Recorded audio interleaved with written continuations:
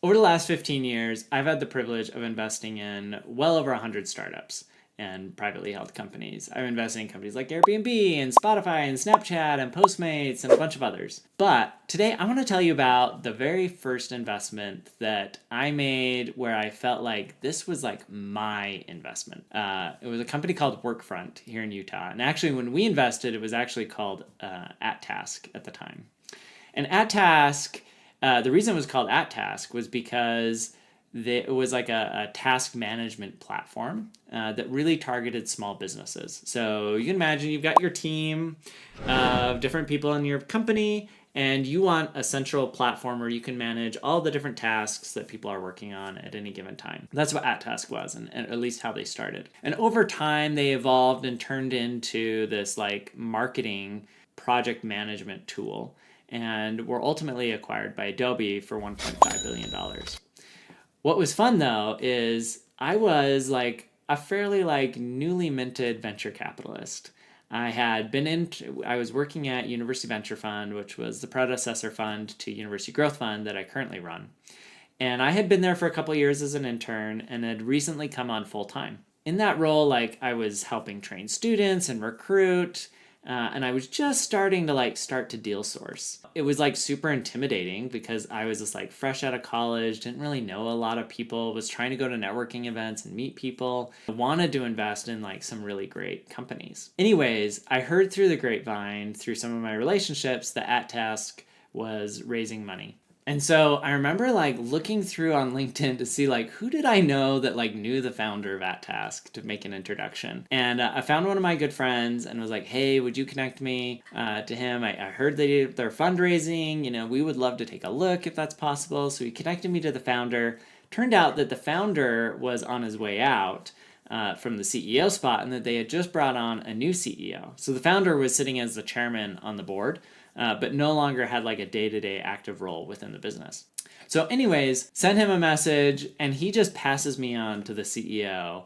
And the CEO is like, sure, let's meet. We end up scheduling, and I kid you not, this is the name of the restaurant. We end up scheduling lunch for this place called Guadalajara's. And yes, the Mexican food tasted about like it sounds like it would. And my partner and I, when we went to the meeting, we were like kind of scratching our heads like, why did we choose this place? Is he like trying to like, meet with us somewhere like back corner alley kind of place because he's embarrassed of us or something? But anyways, we had a good conversation with him. We told him about our firm, what made us unique, the fact that we were training and teaching these student interns, the idea that we could be helpful to them on a variety of different projects, and just like he got to know us a little bit better. And what was great is by the end of the meeting, he was like, yeah, you know what? We do have a little bit of room left in the round, and I would love to carve you guys in, and I love what you guys are doing as your mission of your fund and the value you could potentially bring, and yeah, let's make this happen. And so from there, he opened up the data room. We were able to do a couple calls with them and really understand the business, and ended up making an investment. I think when the company was valued at like $150 million. So ended up generating a really great return on that investment, which was fantastic. And for me, like it taught me a lot of things. So one of the things it taught me was the importance of relationships when it comes to deal sourcing.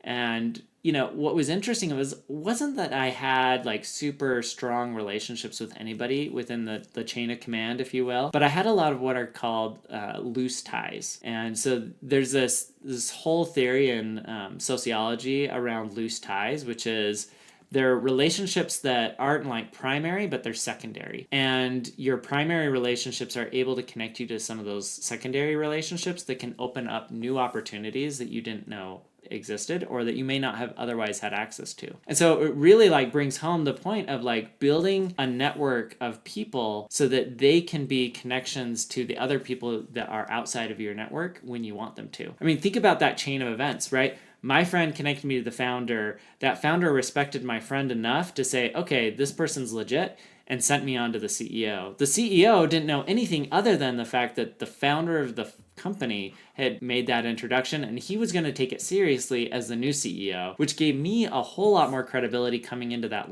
initial meeting with him than I otherwise would have if I just had a cold intro email. He probably wouldn't have even seen it. He probably would have ignored it.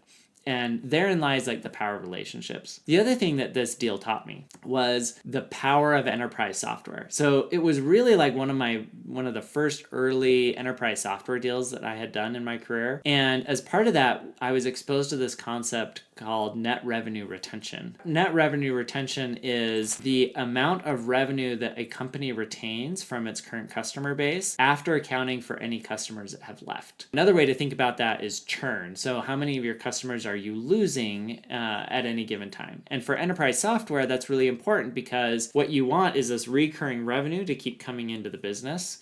And you don't want to lose customers, right? You want to keep them as much as possible. But the other thing is, if you have a core customer base that's really loving the product, it opens up the opportunity for you to upsell. So maybe you add more employees as customers onto the contract and grow the contract that way. Maybe you add additional features or products that they sign up for. But truly great enterprise software companies are growing their current customer base from a revenue perspective by more than they're losing from customers that ditch them and their product. And so what was fantastic about Workfront is that they had negative churn or they had positive net revenue retention. Or in other words, I think their numbers were somewhere around like the 120%. What that means is their customers that were expanding were more than offsetting those that were leaving by a net amount of 20%. And that was like a big aha moment for me in terms of like, hey, really great software companies, enterprise software companies will have this dynamic that's occurring where their core customer base loves the product so much that they're growing their contracts by more than those that don't love it are leaving. And so truly great companies will have NRRs that are in the like 120 to 130 range. And that's something that you should be looking for if you want to invest in enterprise software. Like, do they have net revenue retention numbers that are in that range? Now, the other thing that I learned from this was that, as I said in the beginning, AtTask was really focused on small businesses. I mean, I think that was just like the easy, low-hanging fruit for them to be able to acquire. Over time, they pivoted the business over to more enterprise software, selling to large corporations that were using it to manage their marketing team internally. And that was important because what it taught me, it's really hard to sell into small businesses. The reason for that is because they're small, so they're more likely to fail, which means you're going to have higher churn. They also are more unique in terms of their needs, and so they're going to be more demanding typically as clients. And when they don't get what they need, they're more likely to ditch you for the next product that might be cheaper or might have that slight feature that they need. Whereas enterprise software, it can be a lot harder to get in, but once you're in, it's a lot harder to rip out and replace. And the teams tend, this maybe sound counterintuitive, but the larger the company is, the more bureaucratic it is, the more standardized it is, the more likely it is that like the marketing department in one company is going to resemble to a large extent the marketing department in another company. And so you don't have to create necessarily like super customized product for both of them. This transition was super painful for AtTask/Workfront, but ultimately we were able to kind of slice through the numbers, really focus on where they were going and the value that they were seeing from their new customer base. Ultimately ended up making the investment, which ended up turning out really well for us. Anyways, tell me in the comments, like, what was one of your favorite investments? And what was the thing that, like, allowed you to make that investment or cued you into knowing that it was a good investment? I'd love to hear, like, your stories, and I will definitely share my thoughts if you leave a comment down below. Be sure to check out some of my other videos like this one, where I'm interviewing the team from North Cove as they talk about their current WeFunder fundraising campaign. And, of course, if this video was helpful, please like and subscribe. It really helps the channel. And hopefully will really help you as you see more of my videos and content that's yet to come. Thanks.